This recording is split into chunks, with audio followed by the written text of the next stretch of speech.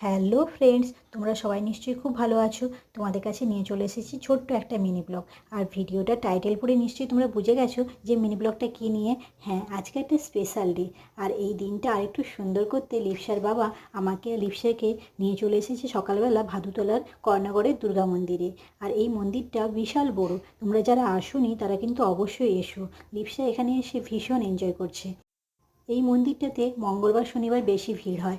ভোগ প্রতিদিনই খাওয়ানো হয়, কিন্তু ভোগ খেতে চাইলে সকাল 9টার মধ্যে কুপন কাটতে হবে।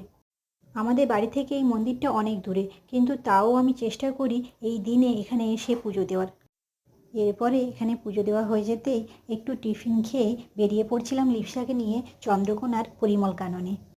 ওখানে কিছুটা সময় কাটালাম, আর তারপরে দুপুরে লাঞ্চটা আমরা বাইরেই করে নিলাম।